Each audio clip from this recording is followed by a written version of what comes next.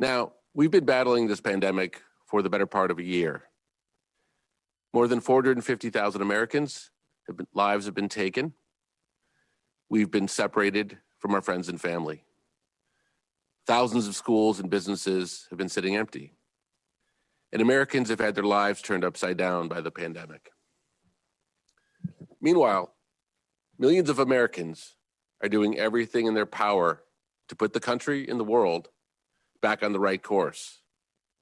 Millions of you are wearing masks, and the evidence Dr. Walensky has discussed here demonstrates that in communities where that happens, lives are being saved.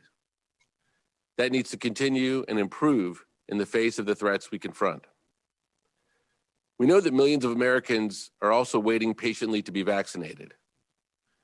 Today, I want to begin the briefing by updating you on what is happening while you're waiting. In the weeks and even months that you are waiting, the nation's efforts are being spent focused on many who are most at risk of hospitalization and death from this virus: the elderly, seniors, frontline healthcare workers, and many essential workers. According to a recent CDC report, the long-term care program has administered now over 4.8 million doses to more than 3.7 million of our most vulnerable. Those who were dying in large numbers over the last year are now on a path to protection.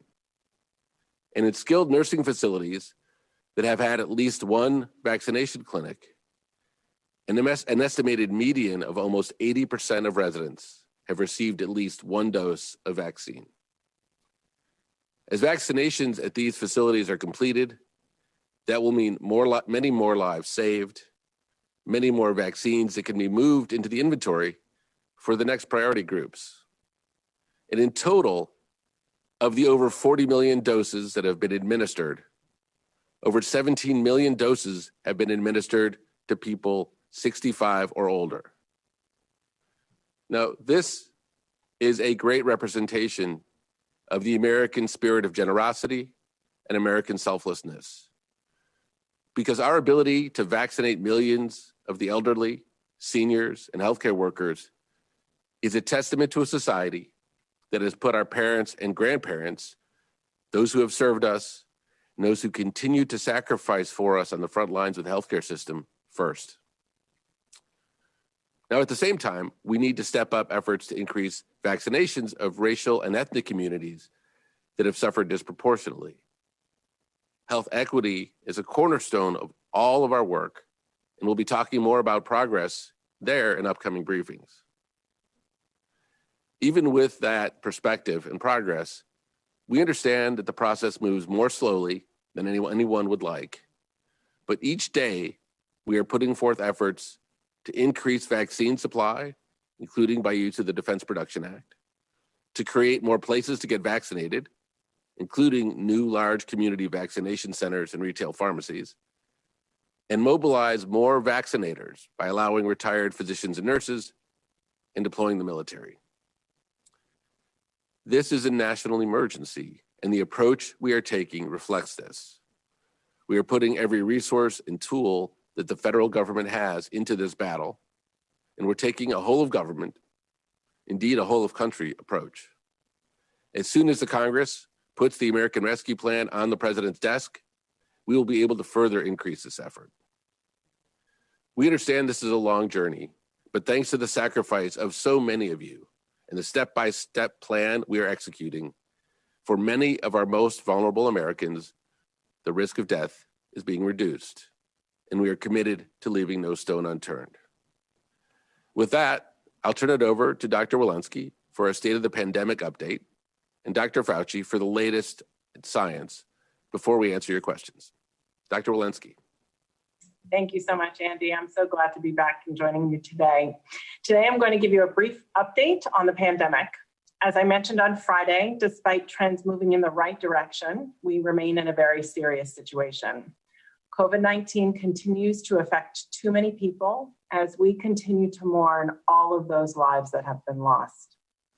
Cases have continued to decline over the last 4 weeks, An average of 119,900 new cases were reported between January 31st and February 6th. That's a drop of nearly 20% from the prior week, but still dramatically higher than the last summer's peak. We must continue to drive these cases down. New COVID-19 hospital admissions also continue to decline. An average of 9,977 admissions per day were reported between January 30th and February 5th, a decline of nearly 17% from the week prior. This is promising, but hospitalizations also remain incredibly high. Over 83,000 Americans are hospitalized right now with COVID-19, much higher than the summer and fall. Today, we are reporting that COVID-19 deaths increased 2.4% to an average of 3,221 deaths per day from January 31st to February 6th. As I mentioned on Friday, sometimes delays in reporting can lead to fluctuations in the data. This is the case for the average number of deaths reported today, which includes a delayed report of 1,570 confirmed deaths from one state. These deaths were reported last week, but actually had occurred over the prior several months. We may continue to see the variation in daily deaths for different reasons, including reporting delays. We are continuing to watch these data closely, and although hospital admissions and cases are consistently dropping, I'm asking everyone to please keep your guard up. The continued proliferation of variants remains of great concern and is a threat that could reverse the recent positive trends we are seeing. As of February 7th, 699 variant cases have been confirmed across 34 states, with 690 of these cases being the B.1.1.7 variant, the variant first reported in the UK. Please continue to wear a mask and stay 6 feet apart from people you don't live with. Avoid travels, crowds, and poorly ventilated spaces, and get vaccinated when it's available to you. I recognize that the pandemic has taken an enormous toll on all of us, but if we all work together and take these prevention steps, we can finally turn the tide. Thank you. I look forward to your questions, and I will now turn things over to Dr. Fauci. Dr. Fauci? Thank you very much, Dr. Walensky. I'd like to address briefly two issues that have come up for discussion over the last several days. And one is the question of, given the fact that there is a greater demand than there is supply, should we be putting all of our effort into getting the first dose into people with less emphasis on the second dose? Now, the reason for that I have explained in the past, because the science has shown in both of the vaccines that we have currently available, the Moderna and the Pfizer, the strong data indicates that a prime boost gives a maximum response of 94 to 95% efficacy. But the question has arisen, why not study in detail whether or not you can get away with a single dose? It is not an unreasonable thing to suggest a study. The only issue is that the practicality of that really makes that a situation that I don't think is able to be done, for the following reason. If you look at the number of people that would be required in a study to answer that question again, 1 versus 2, with the currently available vaccines, the time it took to get information on the phase 3 and the number of people, that study, with all due respect, would take several months to get a meaningful answer. At that time, the amount of vaccine that would be available would almost be making that question somewhat of a moot point. So then let's ask ourselves the question is, what do we know about 1 dose versus 2 dose? And the data, I think, are important to present. We know from the original studies that following a single dose of either the Moderna or the Pfizer, you had a response that gave you a neutralizing antibody above the threshold of protection. So it did give some degree of protection. And the question was, it was protection clearly against the wild type. However, the boost, either 21 or 28 days later, was 10-fold higher. So it went, for example, from 1 to 100 to well over 1 to 1,000 in the titer. The reason that's important, not only because of the height of the response and the potency of the response, But as you get to that level of antibody, you get a greater breadth of response. And by breadth of response, we mean it covers not only the wild type and currently circulating virus, but also the variants that we see circulating, particularly the 117 and the 351. So it's not just a matter of potency, it's a matter of the breadth of what you can cover.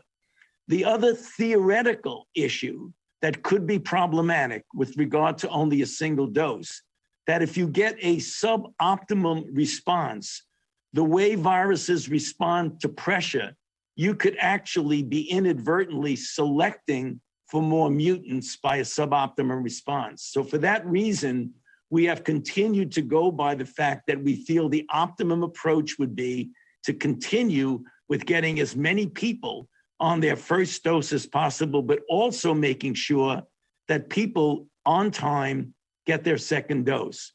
And finally, one thing I want to emphasize, as we know, and we've heard, and it's true, that the projection is that the 117 lineage would likely become dominant in the United States by the end of March. Please remember that the efficacy of the currently utilized vaccines, the 2 mRNA, are quite effective against the 117 lineage.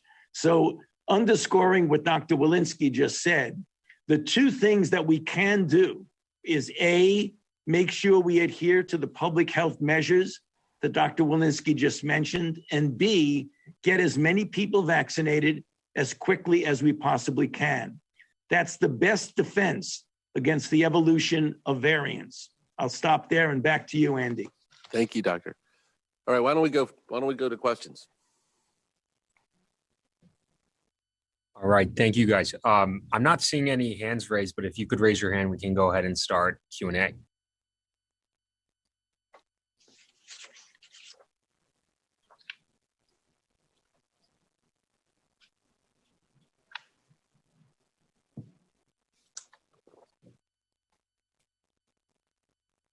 All right, first we'll go to Kaitlan Collins at CNN.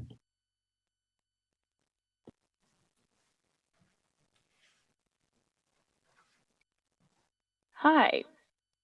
So I have two questions. One about the variants.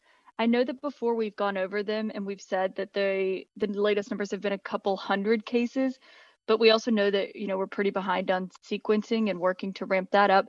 So what number do we think is actually out there, and how much higher do you think it could be than the numbers that we've actually identified positively so far? And then my second question is about a comment that Transportation Secretary Pete Buttigieg made, saying that they are considering requiring testing for domestic flights. What would the benefits of that be, given we know just how much transmission there is in the US right now, and the data on how much it spreads on flights when everyone is wearing a mask, or the lack of, I guess? Would there be benefits to that actually happening? So maybe first, why don't I turn to Dr. Walensky to talk about our ongoing efforts at surveillance and increasing our knowledge, and maybe a little bit about what the current state of knowledge we think might be with regard to these variances. Doctor? Great, thank you. And thank you for the question. What I can say is we're learning more about the number of variants, and the number of variants that you're hearing increase is very much, at least in part, due to the fact that we're doing a lot more sequencing of these variants. So over the last 3 weeks or so, we've increased our sequencing about tenfold. So as we look more, we're certainly anticipate we might find more. Over the next several weeks, we are planning actually to not only have collaboration with the state labs from every state, so we can make sure we're sampling from every state, but also with collaborations from commercial labs as well as academic labs. So we anticipate that we're probably going to be sequencing up to 3 or 4 more than we're already sequencing. And I think once we have more sequencing that's happening, we'll have a better idea as to how many variants there are and what proportion are out there. So how much higher? Oh, please go. Do we have a ballpark estimate of how much higher it is than what we actually know right now? Because I think the understanding is that it's a lot higher than what we know. Is that correct? I would be reluctant to give you an estimate right now based on our current data, but I'd be happy to get back with you on that one. Let me take your second question. I haven't heard Secretary Buttigieg's comment. What I would say, and Dr. Walensky may want to comment, is that with regard to domestic travel, I think in the words of Dr. Walensky and the CDC, now is not the time to be traveling, if at all possible. And so, Dr. Walensky, do you want to say a word about traveling and safety measures with regard to travel? Yeah, what I would add is the more screening that we're doing in places where people are gathering, I think the more asymptomatic disease we will be detecting. And certainly there's a lot of, there's more gathering that happens in airports. And so to the extent that we have available tests to be able to do testing, first and foremost, I would really encourage people to not travel. But if we are traveling, this would be yet another mitigation measure to try and decrease the spread. Thank you. Let's go to the next question. Next, we'll go to Brian Cameron, Bulwark.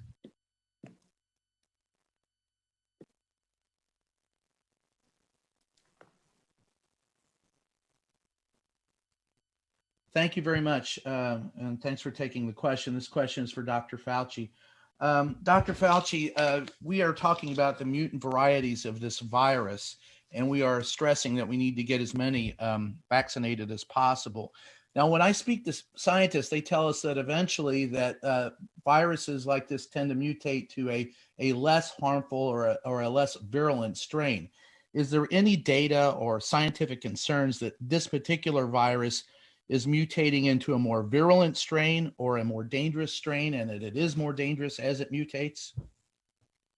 And then I have a follow-up. Okay, well, the answer to your question is right now, we certainly don't have any data to indicate that it is mutating into a less virulent strain. The initial data that came out from the UK about it having a degree of increased virulence, that is still, I think, something, I wouldn't say that's questionable, but I think that needs to be confirmed. But thus far, no evidence that it is less virulent. Sometimes when viruses mutate to spread more efficiently, they become less virulent, but we do not have any data to indicate that that is in fact happening with SARS-CoV-2. And then the follow-up to that question is, if it is becoming, or if your concern is that it is more virulent, how long will the efficacy of the current vaccines under this structure, have you been able to game that out to determine when that efficacy will be dampened or will lessen? Well, I think that's obviously going to take an observation over a longer period of time. We've got to really be careful because there are two things that are going on right now. A virus is transmissible and it's virulent, and the degree of transmissibility and the degree of virulence can actually overlap and result, because you've heard us say on our briefings that a virus that has a greater degree of transmissibility will be making more people sick. The more people that get sick, the more people that will be hospitalized, and the more people that are hospitalized, you'll likely get more deaths. But on a one-to-one basis, whether or not it is truly more virulent, right now we don't have any indication that that's the case here. And we'll just have to continue to observe, which we do. You know, the vaccine trials, they ended and came up with a efficacy of 94 to 95%. But the trials go on for 2 years. So we'll learn a lot more over the next couple of years. So they're still following up on this, both from the study as well as being reported to the FDA. So if there's any information in that regard, it will become available to us as the months and year goes by. Thanks, you, Brian. Hey, Dr. Fauci, just to clarify something, if you wouldn't mind. Very fair question from Brian, speculating about the future, but maybe you can emphasize what we know today about the efficacy and safety of the viruses relative to what the threats we face today. Well, right now, what we're seeing now in our country is still a dominant original wild type virus, of which the vaccines are highly efficacious, 94 to 95%. The immediate concern that we have is that the fact that we have the 117 in certainly a considerable number of states reported with a number of people, that modeling would tell us, Andy, that it could become dominant by the end of March. That's the sobering news. The encouraging news is that the vaccines that we're currently distributing right now are quite effective against that particular variant. Less so against against the South African, the 351. But hopefully we will get the virus under much better control by the time there's any indication that that might become dominant. Got it. So again, it gets back, Andy, to vaccinating as many people as you possibly can and implementing the public health measures. Great, thank you. Okay, next question, please. Next, we'll go to Sharon Lafraniere at New York Times. Hi, thank you for taking my question. I have actually two questions. The first is statistical for Andy. You told us how many doses were administered in the long-term care program. What's the total number of doses that were set aside for that program? In other words, what's the denominator? And then secondly, on the new pharmacy program, is there going to be a separate registration system for that? And if so, what does that mean for all the people who had already signed up at their local health departments and have been waiting in line? Do they start over? Is there going to be some kind of integration between these different systems now? Thank you for the question. I thought I was off the hook when you said it was statistical. I was quite confident it was going to go to one of the experts. Relative to the long-term care program, there are a lot of numbers moving around. And so I think it's important to emphasize what I talked about earlier, which is that we've administered 4.8 million doses to more than 3.7 million people. And what we don't have for you today is a breakdown of how many doses are first and second doses. Likewise, what percentage of the population in nursing homes or long-term care facilities are fully vaccinated. So I want to make sure I'm sticking as precisely as possible to what the CDC study said, and I would invite Dr. Walensky when I'm finished, if there are any additions or corrections to that, to add them. But it's important that I think things are phrased that way. We do know that for the centers that have vaccination clinics, the median number of people, and this was as of sometime in the end of January, the median number of residents that were vaccinated was 80%. So that gives you, I think, a decent approximation. In terms of pharmacies, many of the pharmacies do have their own registration systems in place. And so those are the registration systems that I think they will likely continue to use in the near term. I think your question about dealing with separate registration systems is a good one. For example, people may want to try to understand more about how they can find a place where they can get vaccinated. And I think particularly as there's more supply, that's going to be important. And I have nothing to announce today other than that we are looking very closely at that question and how we might be able to help people. Should we go to the next question? Should we go to Kristen Welker at NBC? Hi, everyone. Thank you. First question is, can you give us your assessment of some of the states that have begun to relax their protocols? For example, Iowa, among those who has reversed some of the indoor requirements in terms of masking and public social distancing. And also, given that a number of schools all across the country are discussing how they are going to reopen, there is an urgency to that matter. I know that you said that the CDC's guidelines for school reopenings would be coming soon. When can people expect to see that? And have you gotten to a place where you can give us any indication about whether you think teachers should be vaccinated before schools reopen? Great.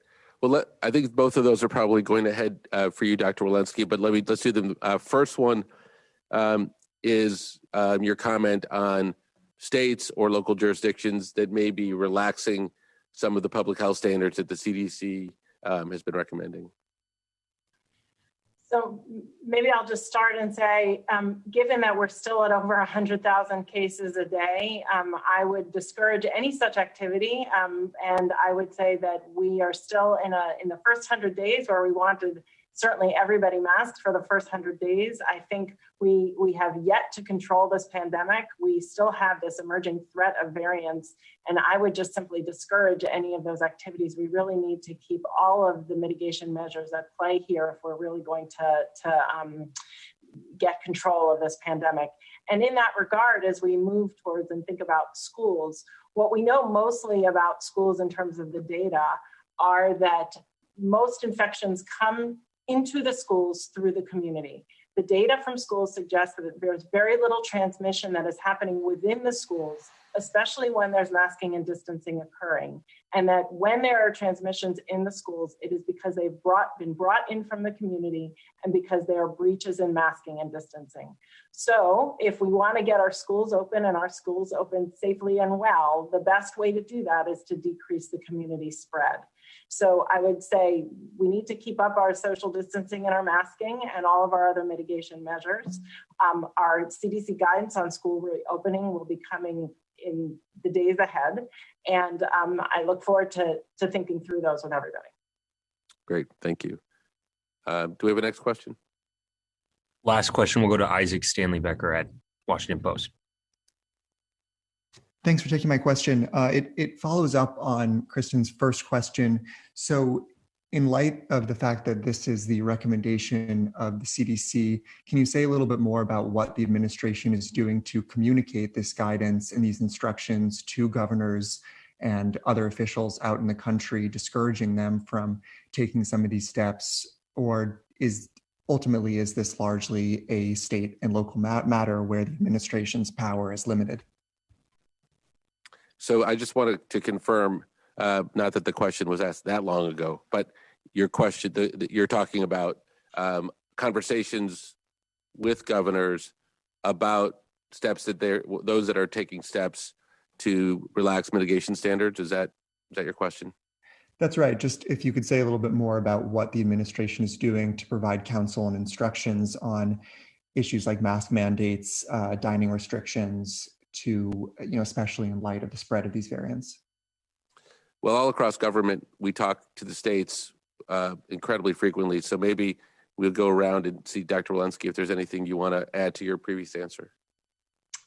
I will just say I think our stand on this is pretty well established. I attend a weekly governor's call at least, and I know that, and I've been in touch one-on-one with numerous governors already. So I'm doing my best, and I'm happy to be doing more to encourage the states to decrease their community spread so that we can decrease the threat of these variants, decrease our hospitalizations, and get this pandemic under control.